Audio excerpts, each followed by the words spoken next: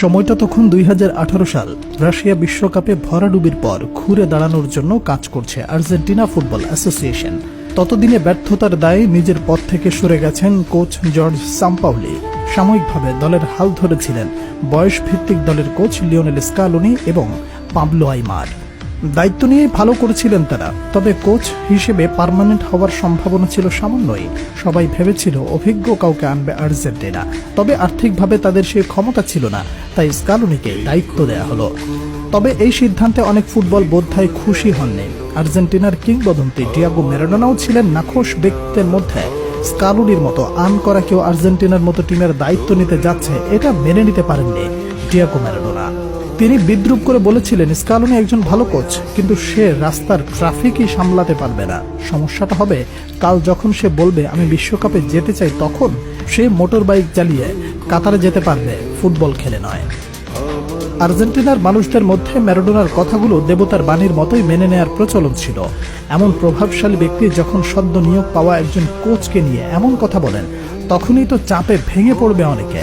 কিন্তু স্কালোনি যে অন্য ধাতুতে গড়া আর্জেন্টিনার সবচেয়ে ভাঙাচোরা দলটাকে নিয়ে তিনি যেন এক জাদু দেখালেন। আর্জেন্টিনার লোকাল ক্লাব থেকে অনেক প্লেয়ার ইউরোপে পাড়ি দিত।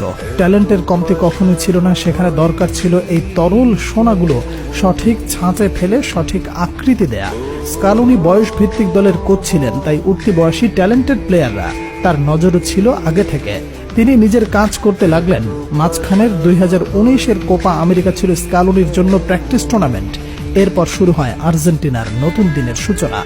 নতুন দিনের শুরুটা হয় বহু বেদনার মাঠ মারাকানায়। 2021 সালের কোপা আমেরিকার ফাইনালে পুরো টুর্নামেন্টে আর্জেন্টিনা কিছুটা ডিফেন্স খেলল, রিস্ক কম নিয়ে ফাইনালে ব্রাজিলকে হারিয়ে মিলল 28 বছরের প্রথম শিরোপা।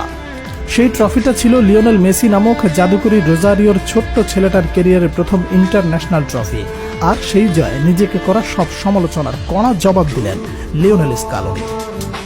এরপর 2022 কাতার বিশ্বকাপে গেল আর্জেন্টিনা। প্রথম ম্যাচে সৌদির কাছে হোঁচট খাওয়ার পর আশার আলো প্রায় নিভু নিভু হয়ে গেল।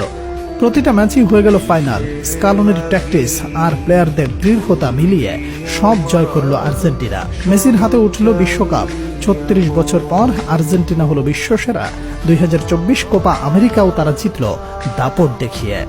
স্কালোনি আর্জেন্টিনার দায়িত্ব নেয়ার 6.5 বছর হয়েছে।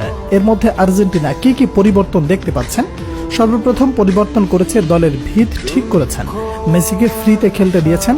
এরপর এমন একটা দল বানিয়েছেন যারা মেসির জন্য লড়াই করতে প্রস্তুত। এখন আর্জেন্টিনার অনেক প্লেয়ার আছে যারা মেসিকে দেখে ফুটবল খেলার সিদ্ধান্ত নিয়েছে। 2018 বিশ্বকাপে আর্জেন্টিনা গিয়েছিল বুড়ো বুড়ো প্লেয়ারদের নিয়ে, কিন্তু এখন আলবিসেলেস্তাদের টিমের গড় বয়স 25-এর আশেপাশে। আর একটা কথা না বললেই না, সেটা হলো ট্যাকটিক্স। লিওনেল স্কালোনি গিরগিটি যেমন রং বদলায়, এই লোকও তেমনি প্রতিপক্ষ দেখে ট্যাকটিক্স বদলায়। স্কালোনির আর্জেন্টিনার ছন্দময় ল্যাটিন ট্যাঙ্গো যেমন খেলে, তেমনি তাল ছাড়া হার্ম বলও খেলতে পারে। প্রতিপক্ষ সিমিওনের মতো হার্ম বল খেললে আর্জেন্টিনাও হার্ম বল খেলে। প্রতিপক্ষ অ্যাটাকিং খেললে তারাও খেলে পাসিং ফুটবল। 2022 বিশ্বকাপে আর্জেন্টিনা 7টা ম্যাচে 5টা আলাদা ফরমেশন নিয়ে খেলেছিল। স্কালোনির এই ট্যালেন্টটা খুবই বিরল। ফুটবলে মাত্র 2 জন কোচ আছে যারা যে কোনো উপায়ে ম্যাচ বের করতে জানে। হাতে যা আছে সেই সব ঠিকমতো ব্যবহার করে। একজন হচ্ছেন আনচেলত্তি, আর একজন হচ্ছেন লিওনেল স্কালোনি। 1978 সালের আজকের এই দিনে জন্মগ্রহণ করেছিলেন লিওনেল স্কালোনি, যে মানুষটার জন্য আর্জেন্টিনা ফুটবলের সুদিন আসলো। কোটি কোটি আর্জেন্টিনা ভক্তদের মুখে হাসি ফুটলো, মেসি ফুটবল কমপ্লিট করলো। আজকে সেই লিওনেল স্কালোনির জন্মদিন।